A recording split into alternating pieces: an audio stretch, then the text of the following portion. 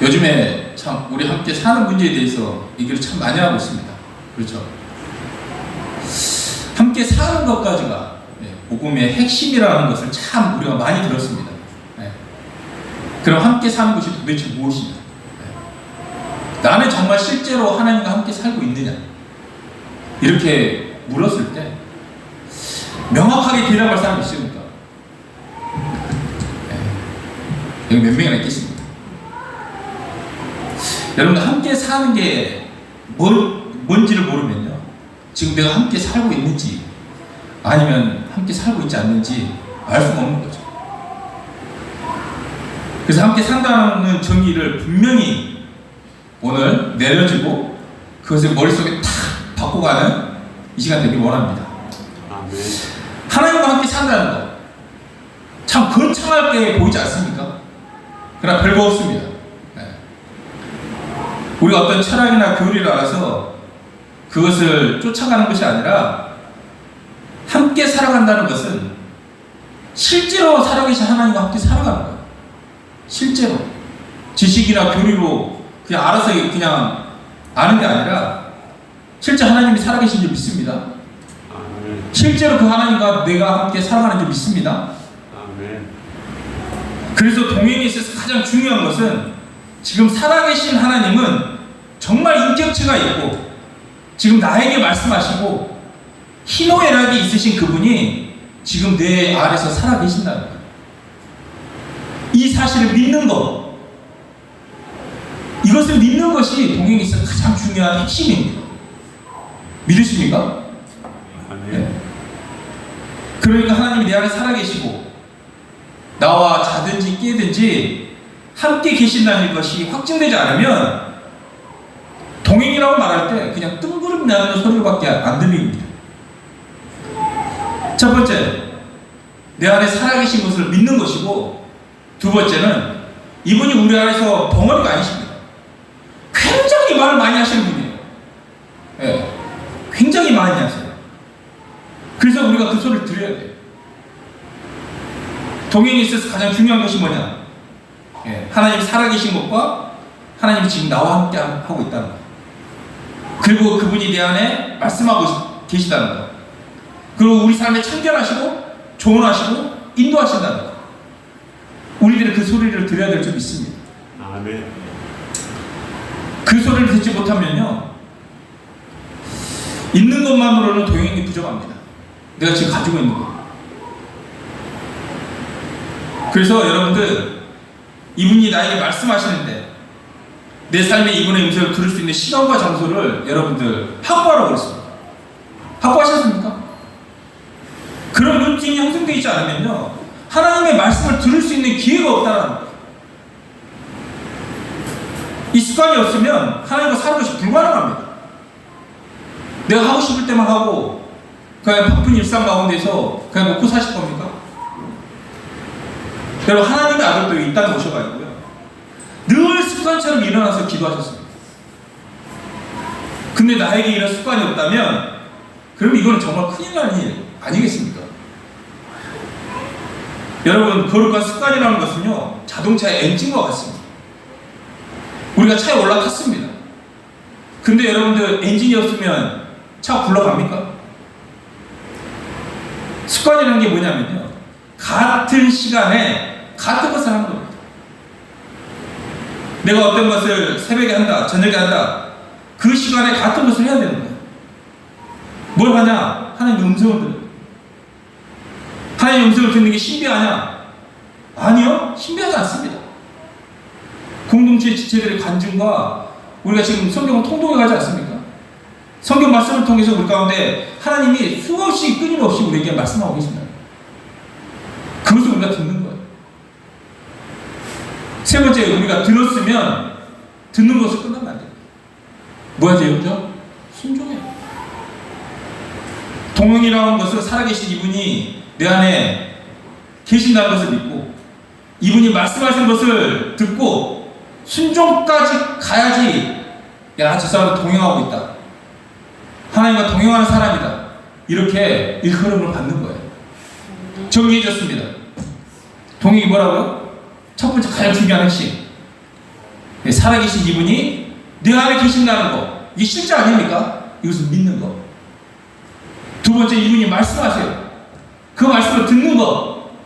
그리고 이 말씀을 듣고 세 번째는 순종까지 가야지 동행이라고 할 수 있습니다. 제가 목회를 딱 시작하면서 왜 사람이 변하지 않는가라는 질문을 끊임없이 했습니다. 그리고 나서 답을 찾지 않았습니까? 예수 그리스도의 부활, 이 복음이었습니다. 여러분들, 부활 복음은요, 하나님 살아계신 것이 확증하게 하는 복음이라는 거예요. 그리고 내가 주인된 죄를 회개케 하는 복음이라는 거예요. 그리고 이분을 주인으로 모셔들어가지고 이 하나님과 날마다 함께 사는 복음이 이 부활 복음입니다. 여러분들, 여기까지 가져야지 사람이 변합니다. 절대 변하지 않습니다. 여기까지 가주지 않아요. 초대교회를 보면요, 이 부활 복음으로 말미암아 그들은 하나님과 동행하는 삶을 살아버렸습니다. 살아낸 게 아니에요. 그냥 살아버렸어요. 진짜 부활 복음은요, 지금 살아계신 하나님이 나와 함께 하시고 내 삶을 인도하신 그분을 믿는 것, 이분의 소리를 듣는 것, 이분의 소리에 따라서 내가 순종하는 것, 이것이 동행인 줄 믿습니다. 아멘? 네.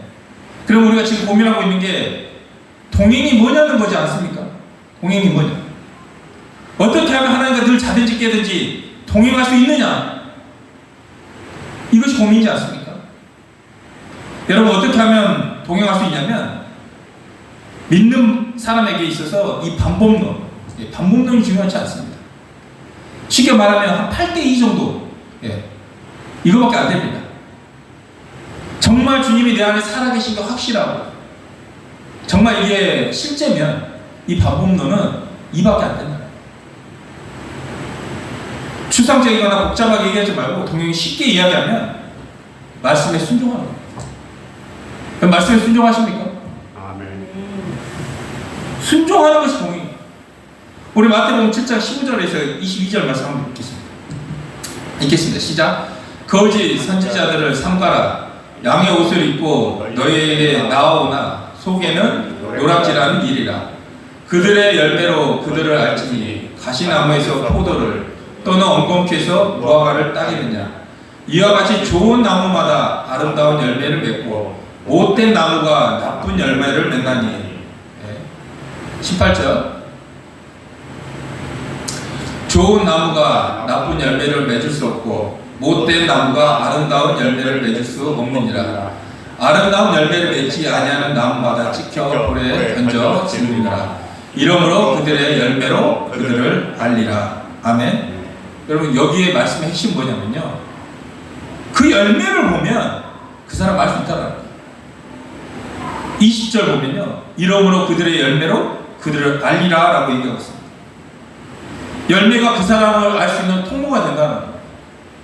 제가 우리 공동체를 인도를 하고 있는데 우리 안에 열매를 보면서요, 어느 순간 이게 아닌데 라는 생각이 들었습니다. 왜냐하면 우리 안에 또 큰 범위에서 또한 교회 전체적으로 봤을 때 하나님과 함께 산다는 거, 이것을 계속 얘기하지 않았습니다. 내가 주인된 죄를 회개해야 된다. 동행에 대해서, 영접에 대해서 무진장 얘기했습니다. 그런데 영혼에 대한 마음이라든가 전도에 대한 마음들, 이런 것들이 우리 마음에 없다라는 거예요. 그냥 우리끼리 그냥 좋은 거예요. 그렇죠? 복음이 확실하니까 너무 좋은 거야. 마음에 맞는 사람들과 교제하는 게 너무 좋고, 그냥 어디 가서 함께 하는 게 불편하지 않은 거야. 그게 너무 좋은 거야. 이런 현상들이 벌어진다. 여러분들, 복음의 균형이 여러분 기울어진 것을 제가 어떻게 알았냐면 내 안에 있는 열매를 보니까 알 수 있다라는 거예요. 열매를 통해 여러분들 복음의 균형이 깨져 있다는 것을 성령께서 저에게 알려주시더라고요. 삶의 열매라는 게 뭐냐? 바로 이겁니다. 내가 지금 시간을 어디에 들고 있느냐? 지금 물질을 내가 어디에 들고 있느냐? 도대체 삶의 목표가 뭐냐? 요거 딱 세 가지 보면요, 그 사람의 열매를 알 수 있습니다. 뭐라고요? 시간을 어디에 두고 있느냐? 말씀과 기도의 시간을 드리고 있느냐? 아니면 게임과 유튜브 보는 데 쓰냐? 물질을 내가 여행 가고 맛집 찾아가는 데 쓰냐? 아니면 진짜 지체를 위해서, 영혼들을 위해서 쓰고 있냐는 거예요. 또 삶의 목표가 뭐냐? 이거를 보면 그 사람을 알 수 있다는 거예요. 근데 제가 우리들을 보니까 열매가 뭔가 한쪽으로 기울어져 있다는 거예요. 그냥 우리끼리 좋은 건 좋은데 영혼에 대한 마음이 사라졌어요. 양육에 대한 마음은 없고요. 성교에 대한 마음이 어느 순간 사라져버렸어요. 도대체 이게 뭘까라는 생각이 들었어요. 그러면서 이 복음의 규정이 깨졌다는 걸 제가 알 수 있었어요. 고신 즉 박영도 교수님 이런 말씀하십니다. 네. 낙심하지 마시기 바랍니다. 우리에게 성령님이 계신 줄 믿습니다. 네. 성령님이 우리의 깨진 균형을 바로 잡아주신 줄 믿습니다. 그래서 이런 말씀을 하십니다. 한번 다 같이 읽겠습니다. 네. 시작. 신자의 불순종에도 불구하고 성령은 한시도 쉬지 않고 우리를 위해 최선을 다해 일하신다라고 얘기합니다. 여러분, 우리도 모르게 우리 사이에 균형이 깨졌는데 성령께서 일하고 계신다. 우리 한사람교회를 성령께서 다시 균형을 잡아주고 계시는 줄 믿습니다. 그분이 우리를 인도하십니다. 이렇게 우리가 복음 깨졌다고 하는 것 사실을 알게 되지 않았습니까? 왜 깨졌냐? 이걸 보니까 우리 입장에서만 하나님과 함께 사는 것을 보고 있는 거예요. 그냥 내가 복음 안에서 누리는 것만 생각하고 있다는 거예요. 그러다 보니까 균형이 깨져버렸어요. 그러면 균형을 이제 바로 잡아야 되는데 어떻게 바로 잡을 수 있을까? 여러분, 이 균형은요, 하나님의 마음을 봐야지만이 나의 이 삶의 균형이 깨진 것이 회복될 수 있다는 거예요. 무슨 말인지 이해가십니까? 아멘. 우리가 아버지 마음을 알게 되면 이게 참 그렇지 않습니까? 그 아버지의 마음이 어디에 있는지 알게 되니까 이게 이제 못하게 되는 거예요. 우리가 하나님의 마음을 안다라고 이야기는 하지만 참 이 마음을 알게 되면요, 참 우리의 마음이 참 쉽지 않습니다. 만약에 이분의 또 다른 자녀가 있었다면 이분이 아마 제대로 살았겠습니까? 아빠가 매일같이 저렇게 다니면 얼마나 힘들겠습니까? 여러분, 하나님의 마음이라는 것이요, 정말 우리가 구원받아 기뻐하는 그 아이 같은 신앙 단계도 있습니다. 그러니까 이렇게 하다가 아버지가 정말 하나님인데 아버지라는 사실을 아는 것도 기뻐하는 단계가 있습니다. 이렇게 알았을 때 정말 영적으로 싸워 이기는 청년의 단계가 있는 것도 하나님이 그걸 알았을 때 기뻐하세요. 그런데 하나님께서 마지막에 아비 때 이 단계에 딱 가면요, 뭘 보여주시냐면 나는 사실 이런 마음이야 라고 보여주십니다. 네. 이거는 모든 사람에게 다 보여주는 마음이 아니에요. 아버지는 우리가 성장하게 되면요, 그제서야 슬쩍 나는 사실 누구를 정말 그리워하고 있고 정말 누구를 찾기를 원한다는 그런 마음을 그 사람에게 보여주시는 거예요. 이것이 우리가 아비 단계로 올라갔을 때 갖는 거예요. 여러분, 이 마음을 갖기를 원하십니까? 그냥 나 구원받았다는 이 아이 같은 믿음에서 성장하길 바랍니다. 네. 그리고 아버지가 내 하나님이셔? 이 단계를 넘어 죄와 피 흘리기까지 청년의 단계로 성장하기를 원합니다. 그리고 청년을 넘어 이제 아버지의 마음이 부어지는, 그래서 아버지의 마음을 알아가는 여러분들 아비의 마음을 담기를 원합니다. 네. 여러분, 혹시 지금 아버지와 같은 마음이 없다고 해서 놀리지 마시기 바랍니다. 그러나 아버지는 우리에게 이 마음을 품기를 원하세요. 여러분, 이 마음을 강제로 품으라 해서 품어지겠습니까? 이분이 알아지면요, 이분과 사귐이 있으면요, 이분이 어느 시점 가서는 보여주세요. 사실 내가 그렇게 기뻐하고 이 모든 것도 나는 즐겁지만 사실은 아직까지 돌아가지 않는 나의 아들과 딸이 있음을 우리에게 알려주십니다. 여러분, 교회 안에서도요, 자녀의 단계, 아이의 단계, 청년의 단계, 아비의 단계가 있습니다. 그냥 구원받아서 좋아하는 이 아이 단계를 넘어 아버지의 마음을 아는 아베의 단계까지 가는 우리 모두가 되길 원합니다. 아멘. 네. 이것이 하나님이 너희가 성장했다라고 말씀하십니다. 여러분, 하나님의 마음이 알아지면요, 여러분들 신앙은 성장해 가고 있다는 사실입니다. 그리고 성장하면 할수록 성장한 만큼 아버지의 마음이 보여지는 거예요. 균형을 잡는 데 있어서 또 가장 중요한 것은 여러분들 성경입니다. 성경. 하나님의 말씀을 들을 수 있는 건 성경을 읽어나갈 때 들을 수 있습니다. 성경에는 부활도 있고 십자가도 있고 승천도 있고 재림도 있습니다. 그런데 여러분, 이 모든 것들이 균형이 이루어져야 되겠죠. 그래서 우리가 모든 것을 풀 수 있는 키워드가 여러분들 예수 그리스도의 부활이기 때문에 제가 부활을 강조합니다. 부활을 통해서요, 십자가에서 죽으신 분을 알아지는 것, 부활을 통해서만이 십자가의 참된 의미를 알 수 있다는 겁니다. 그리고 부활을 통해서 여러분들 성경의 모든 말씀을 믿을 수 있는 겁니다. 그리고 부활을 통해서 정말 다시 오신다는 이 재림을 소망하게 되고요, 천국과 지옥이 있다는 게 풀어지는 거예요. 우리가 이번 주에 사복음서를 통독하자고 그랬습니다. 읽으신 분, 예. 읽으신 분 손 한번 들어보세요. 세 분. 시간을 들여 하나님의 말씀을 귀 기울이면서 사귐을 갖기로 원하는데 통독하지 않으면요, 예, 귀결이지 못했다면 자신을 한번 돌아보고, 예, 다시 시작하면 됩니다. 제가 너 안 읽었어? 뭐라고 하지 않습니다. 예. 우리가 성경을 읽는 목적 자체가요, 예수님이 누구신지 아는 것에 초점을 두고 읽히시기 바랍니다.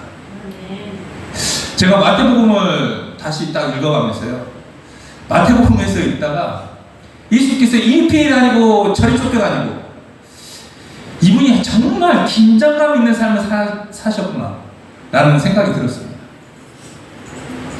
그냥 설교를 하기 위해서 성경 말씀을 풀어간다든가 교리를 배운다든가 나에게 힘이 되는 말씀을 찾아서 딱 줄거가지고 그것을 암송하면서 위로받는다는 것이 아니라 어떤 구절이든 예수님이 어떤 분이신지를 한번 보시기 바랍니다. 여러분, 동행이라는 것은요, 부활을 통해 예수님이 살아계신 것이 실제로 믿을 수 있고 그 하나님이 나와 함께 한다는 것을 믿는 거예요. 하나님은 늘 나에게 말씀을 통해서, 예배를 통해, 지체의 간증들을 통해서 말씀하시고 소리치고 계신다는 사실입니다. 여러분, 말씀에 순종하는 것이 바로 동행인 거고, 동행은 하나님의 뜻에 따라 선택하는 겁니다. 여러분, 오늘 이 자리에 앉아 계신 것이 바로 하나님과 동행하는 사람인 거예요. 여러분, 예배를 선택한 것이 하나님과 함께 동행하는 사람을 선택하신 거예요. 네. 여러분, 다시 돌아가서 간증을 기록하는 것이 하나님과 사는 겁니다. 동행하는 거예요. 여러분, 말씀을 듣고 간증을 기록하고 말씀에 순종하는 이 모든 것들이 하나님과 함께 살아가는 줄 믿으시기 바랍니다. 아멘. 함께 산다고 하는 것은 선택하면서 가는 거예요. 동행이라는 것이 그런 거예요. 여러분, 동행이 이제 추상적입니까? 추상적이지 않습니까? 추상적이지 않은 줄 믿습니다. 네. 여러분, 매 순간 이렇게 살아갈 때 우리가 이걸 어떻게 알 수 있냐면 에녹을 보면 알 수 있습니다. 창세기를 보면 에녹은 300년 동안 하나님과 동행했다고 했는데 에녹은 뭘 믿었냐? 하나님이 살아계신 것과 상주심을 믿었습니다. 이것이 동행의 핵심이라고. 동행의 핵심 뭐라고요? 하나님이 정말 살아계시는 것과 이분이 상주심을 믿는 것. 이게 동행의 가장 기본적인 핵심입니다. 여러분, 제가 상 얘기를 했는데요, 하늘에 받는 상도 있지만요, 이 땅에서 하나님께 드려진 사람은요, 이 땅에서도 상을 받습니다.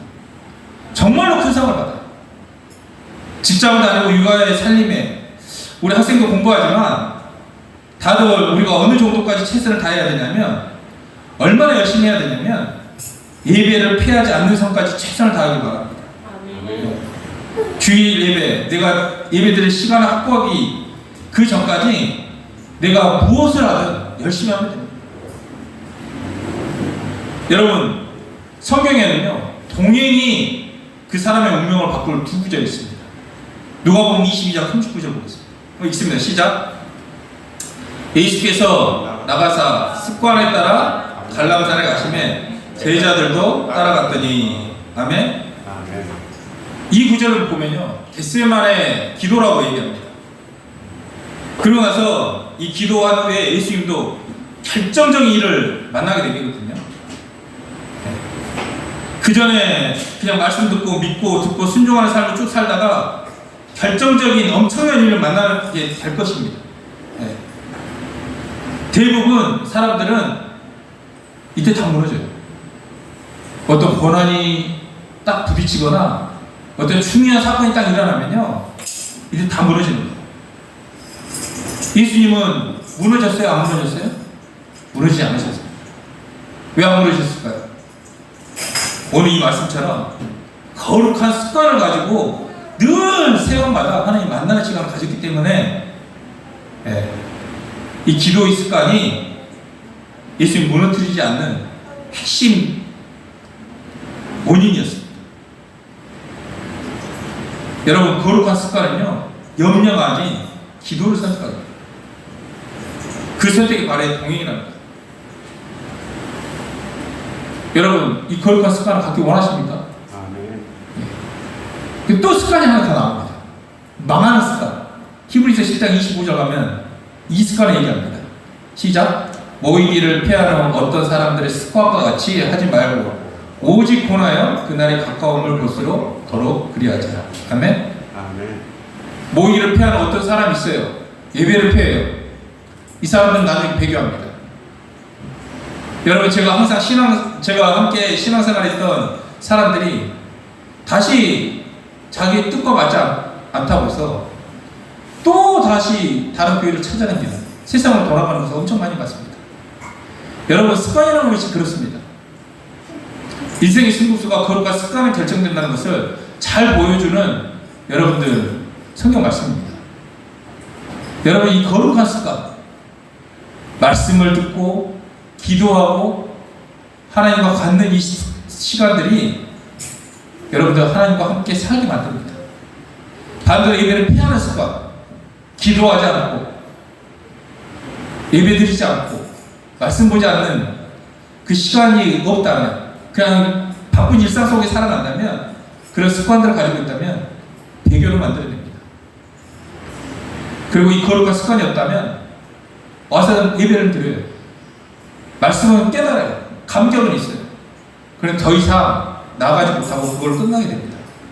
입으로만 떠들어대고 실제로 삶의 열매가 없는 의식적인 삶으로 예수님과 상관없는 삶을 살아가게 된다는 거예요. 여러분, 거룩한 습관은 마치 자동차 엔진과 같다고 얘기했습니다. 이게 없으면 안 된다는 거예요. 저는 우리 지체들이 거룩한 습관이 생겨나길 원합니다. 그래야 정말 동행의 삶을 살 수 있다는 거예요. 아멘. 내 루틴은 정말 아무것도 같은 시간대에 같은 것을 하는 그런 루틴이 없는데 하나님과 동행한다? 하나님을 사랑한다? 하나님 상임을 갖는다? 말할 수 없는 겁니다. 주님이 내 안에 있다고 믿기만 한다고 되는 것이 아니라 정말 이분이 뭘 말씀하시는지 들어야 되고, 대부분 사람들이 들을 수 있는 루틴이 없다라는 겁니다. 삶이 바빠가지고 그냥 세상 소리 듣기 바빠 살아가는 거예요. 제가 여러분들 하루 종일 성경 말씀 들으라는 말이 아닙니다. 최소 하루에 24시간 중에 10분이든 20분이든 30분이든 그 시간을 하나님과 함께하는 시간을 확보하라는 거예요.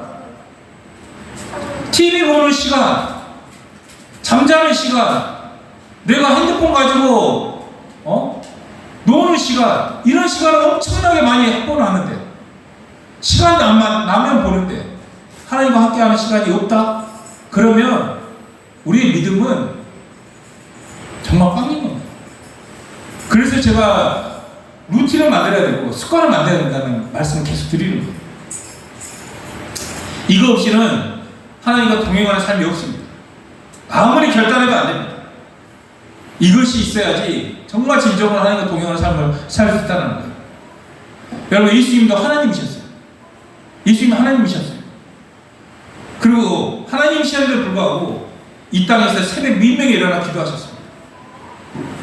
이분이 정말 하나님이신데요, 피가 땀이 나도록 기도할 일이 뭐가 있겠습니까? 그런데 이 새벽에 일어나 하나님 앞에, 아버지 앞에 무릎 꿇지 않으면 아버지와 만날 시간이 없었기 때문에 그 시간을 매일 확보하셨던 거예요. 얼마나 바쁘게 사역하셨습니까? 아침밥 먹고 돌아다니셨어요. 밤 늦게까지. 분주한 사역을 하셨습니다.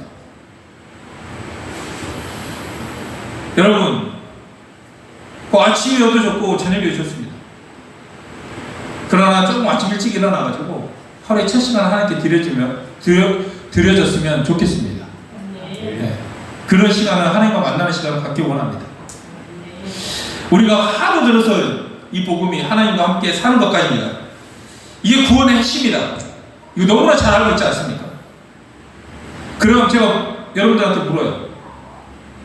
당신과 함께 살고 있느냐 했을 때, 가장 중요한 것은 그 사람 삶 속에 거룩한 습관이 있냐 없냐, 이걸 보면 알 수 있습니다. 여러분, 통독한 보신 분들은 말 안 해도 알 겁니다.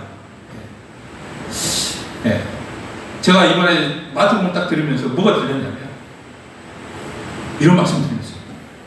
야, 네가 범죄하거든. 한 눈을 빼버리고 천국에 들어가는 것이 더 낫다. 두 눈을 가지고 지옥에 가는 것보다 눈 하나를 빼서 눈 하나만 가지고 들어가는 게 낫다. 네 팔이 범죄하거든. 잘라버려. 두 손을 가지고 지옥에 가는 것보다 한 손을 가지고 천국에 들어가는 게 낫다. 이게 말씀이 들려집니다. 우리를 겁박하기 위해서 하나님께서 이렇게 협박하시는 겁니까? 아닙니다. 이렇지 않으면 자녀가 지옥에 가거든. 이런 결단을 하라고 하나님께서 우리 사랑하셔가지고 말씀하십니다. 저는 그렇게 들렸습니다. 그래서 삶에서 결단했습니다. 야, 함부로 마음에 여자를 품면 안 되겠다. 보는 것도 딱 남자라면 지나가는 여자는 다 눈길 가게 돼 있습니다. 이 눈을 그냥 뽑아버렸어. 하나님 앞에 감하지 않겠다. 내 입술 승질을 하면 명 나오지 않습니까? 입술로 범죄하지 않아야 되겠다. 혀를 잘라버려야 되겠다. 그래서 제가 혀를 이렇게 쫙 뽑았습니다. 제가 나올라 할 때 짭짤하더라고요. 손맛이. 그런 결단을 했습니다. 왜? 하나님 말씀이 들려지니까. 여러분, 하나님의 음성이 들을 수 없는데 어떻게 동행한다고 말할 수 있겠습니까? 그냥 내 옆에 계시다? 이 믿음만 가지면 안 되고 이번에 말씀을 이제 드려야 될 줄 믿습니다. 그래서 내 삶의 수많은 현장에서 나타나는 일들에 대한 지혜가 되고 선택을 할 수 있는 이 말씀이 딱 생기는 겁니다. 그래서 제가 계속 해온 게 우리 안에 그 거룩한 습관 하나 정말 만들고 싶은 거예요. 하나. 제가 여러분들 삶 가운데 거룩한 습관 하나만 가졌으면 좋겠습니다. 그래서 계속 제가 얘기하는 거예요. 저도 아침에 일어나기 굉장히 힘듭니다. 굉장히 힘들어요. 그런데 계속 하다 보니까요, 밤늦게 일 보고 딱 들어오더라도 1시에 잠을 들더라도 5시 딱 되면 눈이 떠져요. 어떤 때는 한 3시간 한 10분, 20분 자고 4시 55분에 탁 깨요. 5시 알람이 울리는데. 이 습관이 되어버렸어요. 제가 이거 하나 습관 들이고 그 시간에 몸은 피곤한데 간절히 하나님을 만나려고 하니까 여러분, 제가 쓰임은 받고 있지만 더더 크게 쓰임을 받을 줄 믿습니다. 제가 이런 생각이 드는 거예요. 이거 하나 목숨 걸고 지켰을 때 나중에 아버지께서 뭐라 하냐면 아, 내 새끼 이때 이랬지. 그거 하나 보고 야, 하나님이 이놈에게는 맡길 수 있겠다. 지금은 엉망이지만 그때 그놈 그랬지. 그런 마음이었지 하고 쓰임받는 복을 우리에게 더 크게 주실 줄 믿으시기 바랍니다. 마무리하겠습니다. 습관이라는 게 같은 시간에 같은 것을 한다.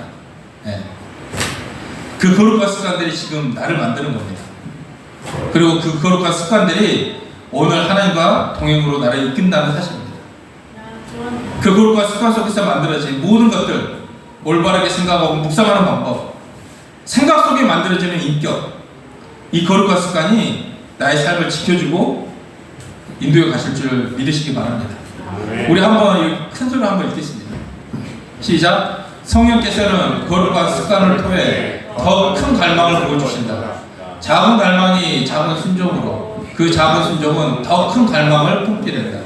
성령께서 거룩한 습관 속에 있는 자들에게 동행에 대한 갈망을 주신다. 아멘. 동행이라는 것은 여러분 갈망하지 않습니까? 근데 그 갈망은 처음에 작아요. 그런데 이 작은 순종을 하게 되면요, 그보다 좀 더 큰 갈망이 생겨요. 경험하고 또 내가 그것을 맛보고 나면 또 더 큰, 조금 더 큰 갈망이 생겨요. 동행에 대한 갈망. 작은 이 순종이 더 큰 갈망을 만들어내고, 큰 갈망에 또 그 작은 순종이 더해져가지고 더 큰 갈망이 부어지는 선순환이 이루어진다는 사실입니다. 여러분, 동행의 주제를 얘기할 때 습관을 배제하고 이 동행에 대해 말할 수 없습니다. 우리가 복음이라는 것이 하나님과 함께 사는 것이라고 결론을 내렸습니다. 그러면 동행이 뭐냐라고 얘기했을 때, 또한 동행을 위해서 우리가 무엇을 할 거냐고 했을 때 거룩한 습관밖에 없습니다. 어떤 습관을 여러분들 만들어 가실 겁니까? 우리가 함께 만들어 갔으면 좋겠습니다. 아멘. 그래서 하나님과 나와 함께 있다는 걸 믿을 뿐만 아니라 이분의 음성을 듣고 순종하는 것, 이분의 뜻을 알 수 있는 거룩한 습관, 이것을 여러분도 오늘 꼭 마음에 명심하길 원합니다. 네. 그래서 사람이 변하지 않을까라는 이 복음은 하나님과 함께 사는 것까지입니다. 라는 결론을 알게 하신 것은 저에게 너무나 큰 은혜였습니다. 그런데 하나님과 함께 산다고 얘기했을 때 마음에는 또 우리 관점에서, 또한 자기 관점에서 보다 보니까 우리끼리 좋고 우리끼리 하는 모습들을 보면서 또 성령께서 균형을 또 잡아주고 계시는 줄 믿습니다. 그래서 기도도 간증도 중요하지만 여러분들 성령께서 저번 주부터 성경을 읽어가게끔 하시는 거예요. 이번 주 통독을 하지 못한 분들 이어서 사복음서 읽어가시면 됩니다. 저는 뭐부터 읽었냐면 마가복음부터 읽었습니다. 그게 잡습니다. 그러고 나서 좀 더 깊이 예수님을 알기 위해서 요한복음을 읽었습니다. 그리고 디테일하게 마태복음을 읽었고요. 그 다음에 누가복음을 읽으면서 사도행전으로 이제 넘어가려고 합니다. 왜? 누가복음과 사도행전은 누가가 썼기 때문에. 다 읽으신 분들은 이번 주에 사도행전을 읽어가시길 원합니다. 하루에 5장씩 읽으면요, 이번 주에 다 읽을 수 있습니다. 24시간 읽으니까 신약이 딱 떨어집니다. 그렇게 읽어 나가셔도 좋은데 우리 잘 안 읽잖아요. 그것은 저만 읽고 싶습니다. 잘 읽으신 분들은 쭉쭉 읽어 나가시고, 정말 성경을 읽어 나가면요, 성령께서 기가 막히게 우리 입술을 통해서 그분의 마음을 선포하게 하시고요, 담대하게 하나님 말씀을 삶 가운데 증거하게 하셔요. 그러니까 읽어 나가세요. 숙제처럼 읽어 나가는 게 아니라 단 한 장을 읽더라도 예수님을 더 깊이 알아가길 원하고 사귐이 있기를 원하고 이분의 말씀에 들려져서 순종까지 경험하는 한 주가 되었으면 좋겠습니다. 진짜 마무리합니다.